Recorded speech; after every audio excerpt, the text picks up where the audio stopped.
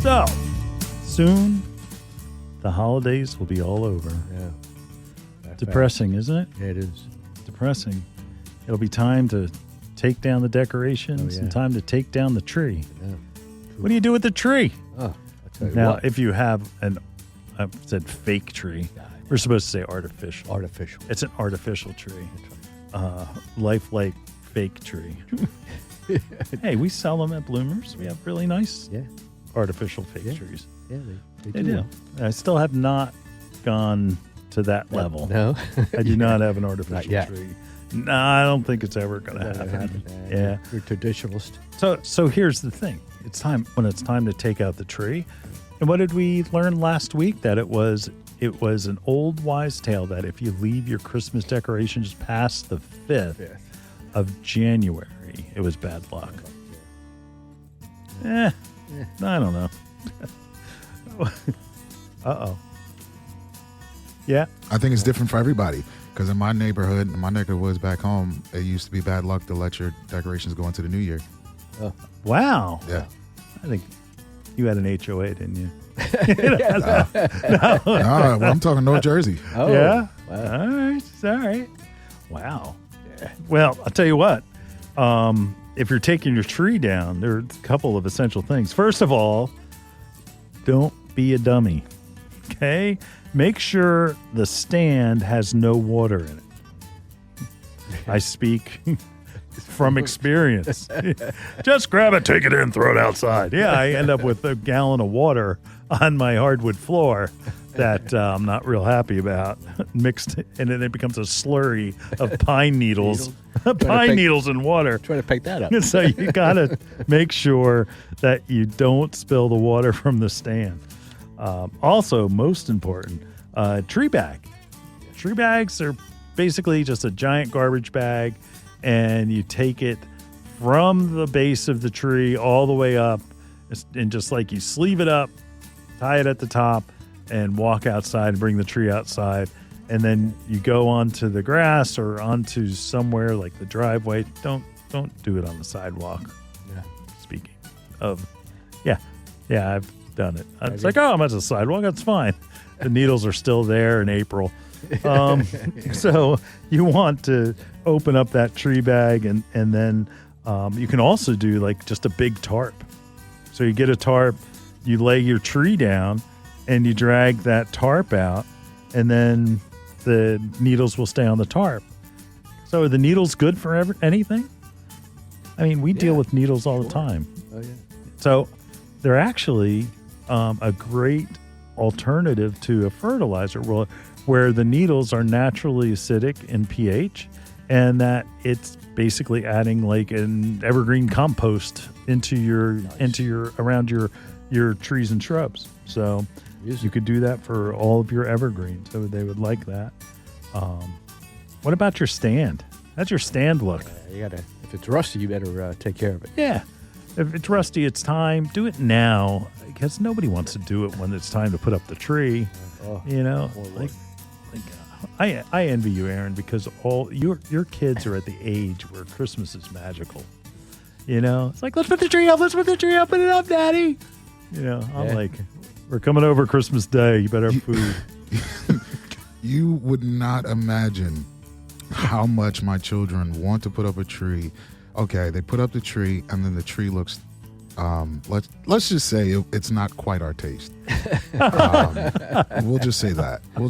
Because, you know, there's ornaments on one side of the tree, and the lights are all scattered in different places. It's creative.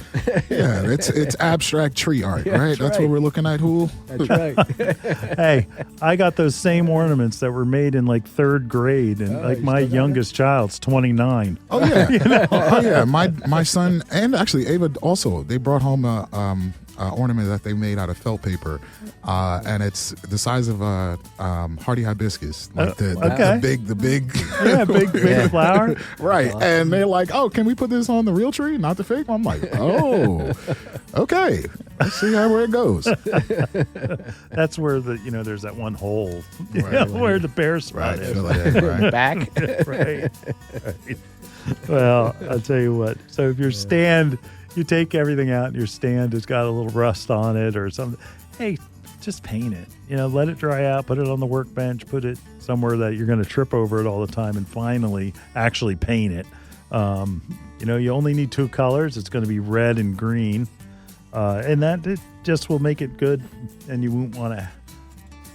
If it's that little touch of paint will make it so we'll just buy a newsstand next year. The rust isn't going to stop the stand from holding water. It needs to be painted. That's all. Another thing, your tree skirt. Don't just wrap up your tree skirt and throw it in the box with all the ornaments. You want to take that tree skirt, throw it in the wash. Most of the time, you'd be better off if you did it on the cold cycle, not on the warm or the hot cycle. You don't want it to shrink because then it's somehow never going to fit underneath your tree. And you pull it and turn it and just put it on the cold cycle, and then that way it'll be clean and it won't shrink. So now you still have the tree. What do you do? First of all, you need to call your municipality. Most of them have a recycling program. I know that Washington Township does, Berlin does, Pittman does, right? Yeah. Now you're going to find out about Mullica Hill, but you don't have a real tree. You have a fake tree, right? Yeah. Yeah, married. Yeah. Anyway. Yes, dear. Yes. It's the secret of a happy marriage. So find out and make sure that they're going to recycle those trees. Some of the beach towns that are along the Jersey Shore, they use the trees for dune stabilization. Now, you always hear in the winter about how the storms go and take all the dunes away and wash it out, and they have to replenish. When you put the trees along there, it traps the sand from blowing away and being dislodged, and it works really well. So if you're so inclined, you may want to help out some town along the Jersey Shore and see if they are doing anything with it. You can cut the branches off. Now, here's what I do like is that you can use it as almost like a protection over your perennials. Like, where your perennials are because you've listened to us and we told you not to cut them back, and that you can use them as almost like a mini evergreen greenhouse over the top of those perennials. How about branches? Branches, you whittle the branches down. Here's something if you really don't have much time. You whittle the branches down and they become your plant supports for next year. They can, for the spring, for your garden, they could be, because a lot of times that those plant supports that you buy are expensive, and that these are going to be 24 inches, in some case 36 inches long, and that the trunk makes an incredible support for large climbers like clematis and some of the other types of climbers. And last but not least, one of the things that I like is you put it near your bird feeder. A lot of, including cardinals, a lot of birds, they don't like to go fly into your feeder. They first go to the ground and they hide a little bit, like catbirds do this too. Do and then all of a sudden they go to it's like they jump on your feeder. That's something that absolutely is something that you could do. And so you just basically are just dragging your tree right by your feeder, and that they use it as brush. And that way it just protects them. You'll get different types of feeders. And one thing I like, there's a couple of different men who are veterans who I've noticed. Like, there's one in Florida, and his name is Oscar Morris, and he comes from a military family, and that he takes donated Christmas trees and makes canes for veterans. Awesome thing. He actually he owes it to his mom. He says his mother was a police officer and instilled in him the habit of serving others. There's a quote where he said, "My mother taught us to use the talents given by God to change the world." Morris told the Epic Times, this is where I found this, after the father passed away and his mother raised him single-handedly, and imparting on him the importance of using his skills to help others. Great thing. Now, I wish I knew of somebody in Jersey, Pennsylvania, New York, that does that. I don't, and if you do, I'd appreciate you passing on the information and just calling the hotline. That's 609-685-1880. We'd love to hear it if there's somebody out there that's doing it in either the Delaware Valley or the tri-state area of New York. Well, there's a lot of things you can do with your tree. right. And That's just the beauty of it. It is. It's not just trash. Okay, it's not just trash. Just throwing it in. Using it for A lot of because purposes. again, if you use it for your birds for the winter, Wow.